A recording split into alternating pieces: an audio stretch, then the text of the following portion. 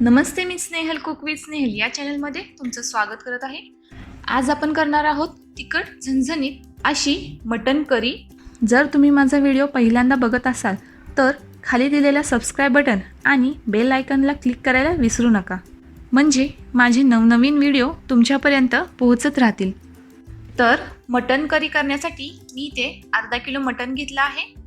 Mutton घेताना त्याचा असा लालसर कलर असावा।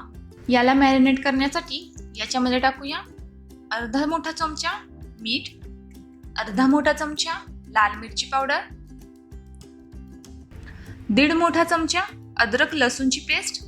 इथे अद्रक लसूणची पेस्ट जास्त वापरायची आहे। आणि 4 ते 5 मोठे चमचे दही।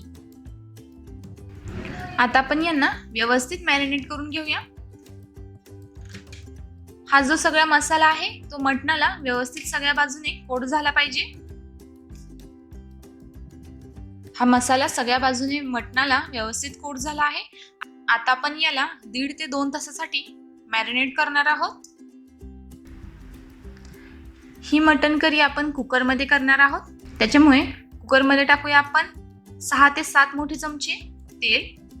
तेल गरम झाल्यानंतर त्याच्यामध्ये टाकूया 1 छोटा चमचा जिरे, 5 ते 6 लवंग, 8 ते 9 काळी मिरी, 2 छोटी दालचिनी स्टिक, 4 छोटी विलायची।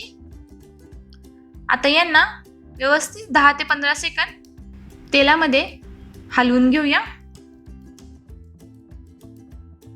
आता याच्यामध्ये टाकूया 2 वाटी कांदा। इथे साधारण 4 ते 5 मध्यम आकाराचे कांदे त्याचे असे बारीक काप करून घेतले आहे। याच्यामध्ये टाकूया पाव छोटा चमचा मीठ। मीठ टाकल्याने कांदा लवकर भाजला जातो, त्याच्यामुळे कांदा भाजताना नेहमी मीठ टाकायचं आहे। हा कांदा भाजताना अजिबात घाई करायची नाही।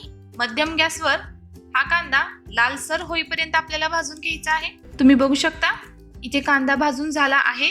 आता आपण याच्यामध्ये टाकूया 1 मोठा चमचा धना पावडर, अर्धा छोटा चमचा जीरा पावडर, अर्धा छोटा चमचा लाल मिरची पावडर, पाव छोटा चमचा गरम मसाला, 1 मोठा चमचा बडीशेपची पूड किंवा बडीशेपची पावडर, पाव छोटा चमचा हळद। आता या मसाल्यांना व्यवस्थित तेलामध्ये परतून घेऊया।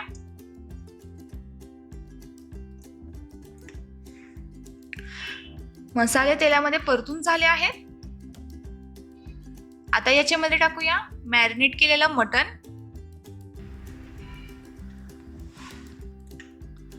आणि मीडियम गॅसवरती व्यवस्थित परतून घेऊया।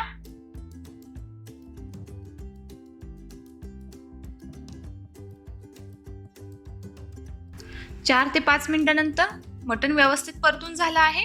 आता याला झाकून 15 मिनिटं वाफवून घेऊया। मध्ये मध्ये हे हलवत राहिलं पाहिजे, कारण खाली मटण किंवा मसाला चिटकू शकतो।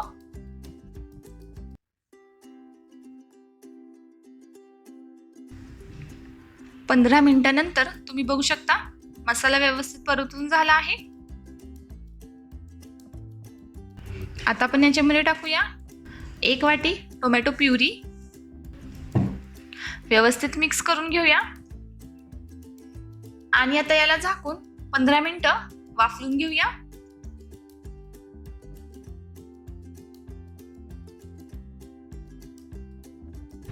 तुम्ही बघू शकता टोमॅटो प्युरी सुद्धा याच्यामध्ये एकजीव झाली आहे। आता आपण याच्यामध्ये टाकूया 1 ग्लास गरम पाणी। इथे पाणी टाकताना पाणी गरम असणं खूप गरजेचं आहे। व्यवस्थित मिक्स करून घेऊया आणि आता कुकरचं झाकण लावून याच्या 4 ते 5 शिट्ट्या करून घ्यायच्या आहेत, म्हणजे मटण व्यवस्थित शिजून घ्यायचं आहे। 5 शिट्ट्यानंतर तुम्ही बघू शकता आपली मटण करी आहे ती तयार आहे।